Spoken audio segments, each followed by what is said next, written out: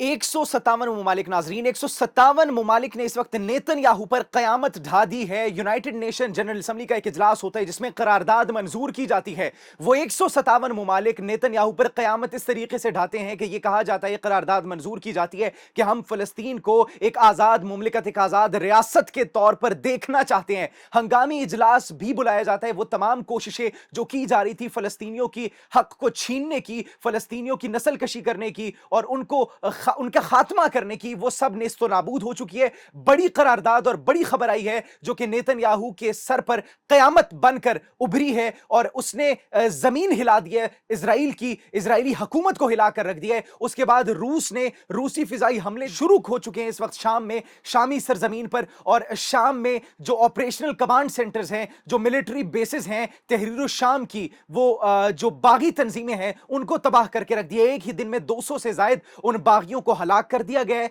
इसके बाद अगर बात की जाए, ईरान बिल्कुल इस वक्त तैयार हो चुका है। उन्होंने मुकम्मल तैयारी इस वक्त कर ली है शाम के अंदर अपनी फोर्सेस को भेजने की।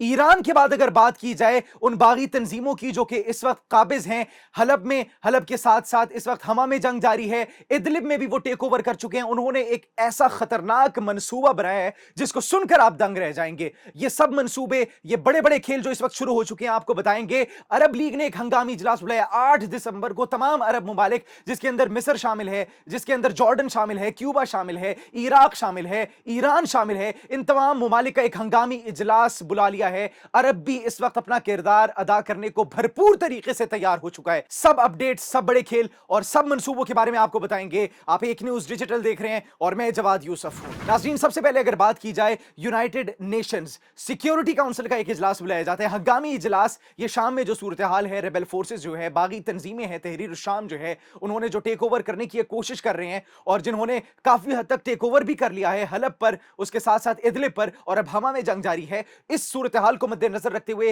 हंगामी इजलास बुलाया जाता है यूनाइटेड नेशन सिक्योरिटी काउंसिल का, जिसमें बड़े बड़े मुमालिक शरीक हैं, जिसमें रूस शरीक है, चीन शरीक है, इराक शरीक है, ईरान शरीक है, तुर्की शरीक है। अब इन तमाम मुमालिक की जानिब से ऐसे बड़ी बड़ी स्टेटमेंट सामने आती है, ऐसे जोरदार हकायक सामने आते हैं, भरपूर हकायक सामने आते हैं, जिसने इसराइल का, अमेरिका का, इसराइली जारहियत का मकरूह चेहरा वो बेनकाब करके रख दिया है। सबसे पहले अगर रूस की बात की जाए, रूस बड़ी स्टेटमेंट देते हैं। रूस के नुमाइंदगान वहां पर ये कहते हैं यूनाइटेड नेशन सिक्योरिटी काउंसिल के इजलास में कि जितनी भी ये बागी तंजीमें हैं, जितनी भी ये रेबेल फोर्सेस हैं, जितने भी ये हमले हो रहे हैं, इस सब के पीछे अमेरिका का हाथ है।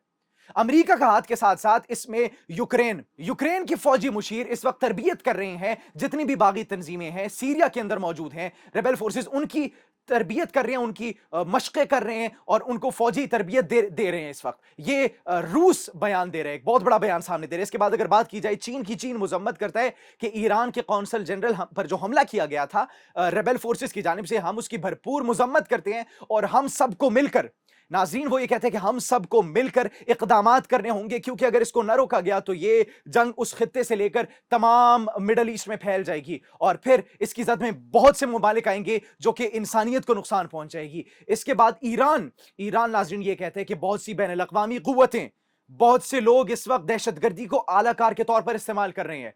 हम ऐसा हरगिज नहीं होने देंगे, इस जंग को रोकना होगा। हम इक़दामात करने के लिए तैयार हैं, हम अपनी फोर्सेस को भेजने के लिए तैयार हैं। हम, और उनके बयान से इस वक्त ऐसा लग रहा है कि 2-4 दिन में अगर इस जंग में ये फोर्सेस, ये जो बागी तंजीमें हैं, ये पीछे न हटी या उनको न रोका गया तो बिल्कुल तैयारी पकड़ लिया ईरान ने कि वो अपनी फोर्सेस को भेज दे शाम में। और इस बयान के बाद, उनके इन स्टेटमेंट्स के बाद ऐसा लग रहा है कि ईरान तो अपना भरपूर तरीके से किरदार अदा करने को तैयार है, क्योंकि वो ये कह रहा है कि हम बशारुल असद के साथ हैं, हम हुकूमत के साथ हैं, शामी हुकूमत के साथ हैं, हम शामी लोगों के साथ भी हैं। इसके बाद शामी नुमाइंदे की जानिब से स्टेटमेंट्स जो सामने आती है, शामी नुमाइंदगान ये कहते हैं कि ये जो हो रहा है, दहशतगर्दी हो रहा है, इसमें बहुत से बैनुल अक़वामी मुमालिक शामिल हैं और वो मुमालिक, बैनुल अक़वामी तंजीमें जो इसमें शामिल हैं, उनके मफादात भी शामिल हैं।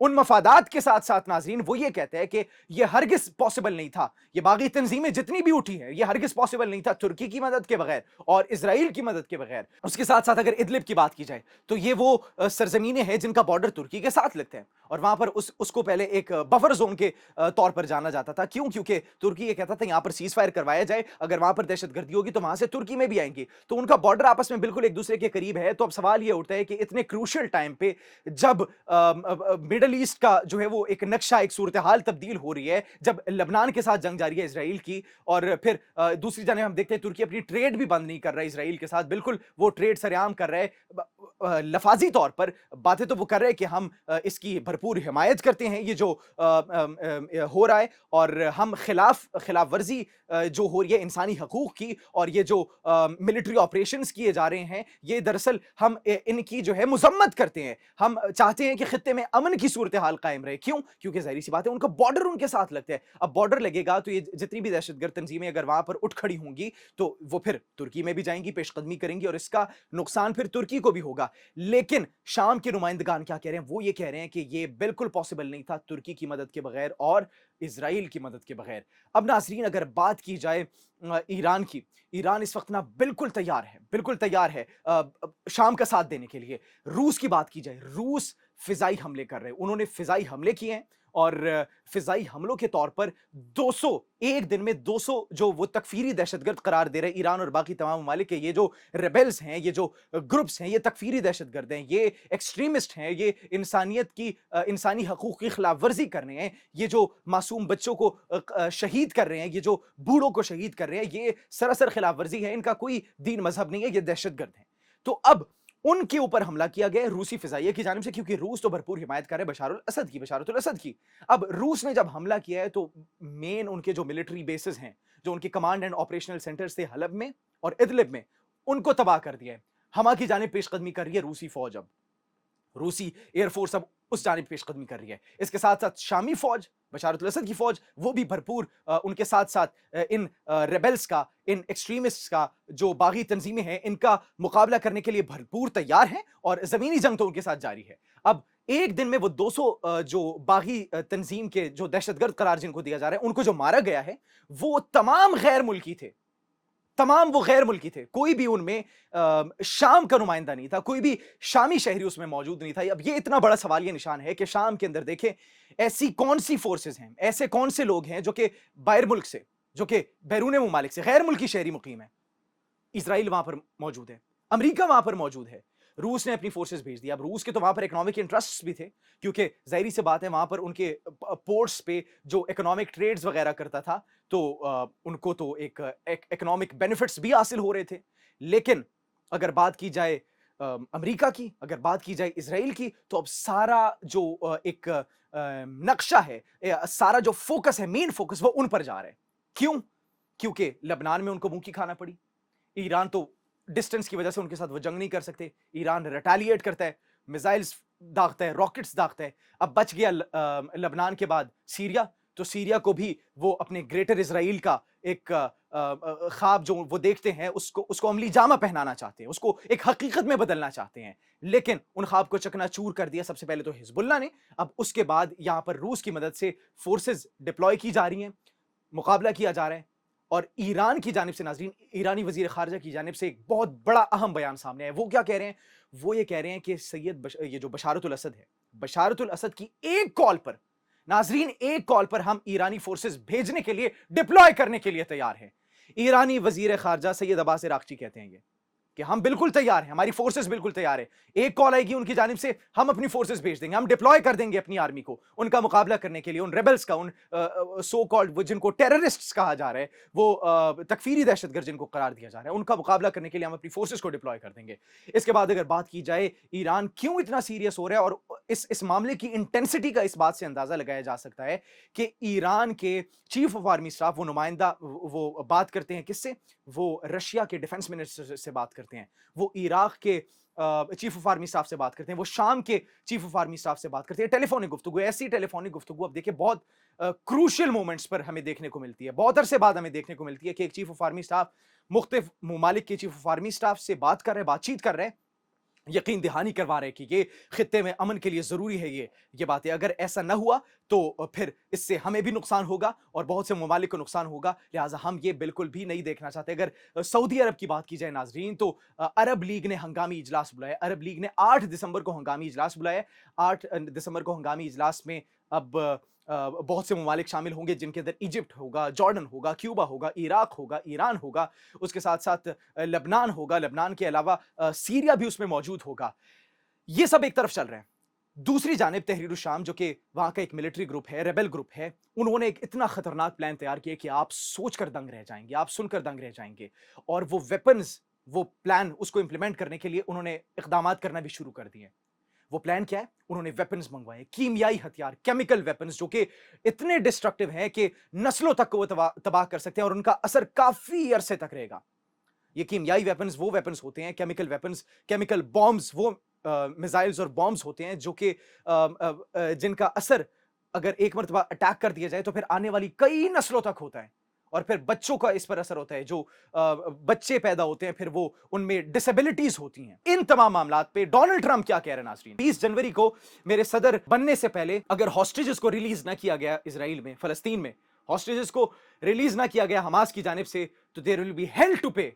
पूरी दुनिया इस वक्त ना उनके इस बयान से परेशान है कि यार ये बंदा तो हम सोच रहे थे कि जंग का खात्मा करेगा, ये बंदा तो जंग को रोकने की बात करता था, ये बंदा तो कह रहा था कि मैं जंग को खत्म कर दूंगा, मैं इक़दाम करूंगा, जंग बंदी का ऐलान कर दूंगा, लेकिन ये बंदा ऐसी स्टेटमेंट दे रहा है कि there will be hell to pay. Hamas भी ये बात कर रहा है कि ये जो उनके पॉलिटिकल और आइडियोलॉजिकल बेनिफिट्स और मफादात हैं, ये उसकी बिना पर स्टेटमेंट की गई है।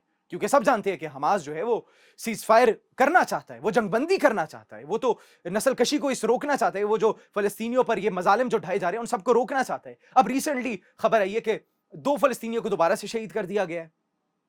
वो तो इस जुल्म को, इस जारहियत को रोकना चाहता है, लेकिन फलस्तीनी इस चीज को रोकना चाहते हैं, लेकिन इजराइल इस हक में नहीं है, मगरिब इस हक में नहीं है, वो हमारा खात्मा चाहता है। उसके बाद एक बहुत बड़ी अपडेट, बहुत बड़ी खबर, जो कि तमांचा रसीद किया गया है इजराइल और नेतन्याहू के मुंह पर। 157 नाजरीन, 157 ममालिक की जानिब से वो तमांचा क्या रसीद किया गया है? यूनाइटेड नेशन जनरल असेंबली का इजलास होता है, करारदाद पेश की जाती है कि फलस्तीन को एक आजाद रियासत के तौर पर हम देखना चाहते हैं, इसका मामला हल किया जाए। अमेरिका और इजराइल समेत सिर्फ 8 ममालिक उस करारदाद के अगेंस्ट वोट देते हैं, जबकि 157 ममालिक उसके हक में वोट देते हैं। और 2 से 4 जून को 2025 को इजलास भी तलब कर लिया, इस पर फैसला होगा। कोशिशें बड़ी कोशिशें की जा रही थी कि फलस्तीनियों को उनका हक न दिया जाए, लेकिन 157 ममालिक ने जो नेतन्याहू पर कयामत ढा दी है वो बड़ी परेशान कुन है। ऐसा लग रहा है कि मामलात हल होते हुए दिखाई दे रहे हैं, फलस्तीनियों के हक में मामलात होते हुए हमें दिखाई दे रहे हैं। अब नाज़रीन, आप क्या सोचते हैं कि क्या ये मामलात हल होते हुए दिखाई दे रहे हैं आपको भी या नहीं? दोबारा से कोई बहाना कर दिया जाएगा, दोबारा से मगरिब का इस पे इन्फ्लुएंस आ जाएगा और फलस्तीनी वैसे के वैसे रह जाएंगे? हकीकत, फैक्ट्स, खबरें ये बता रही हैं कि मामलात बेहतरी की जानिब जा रहे हैं।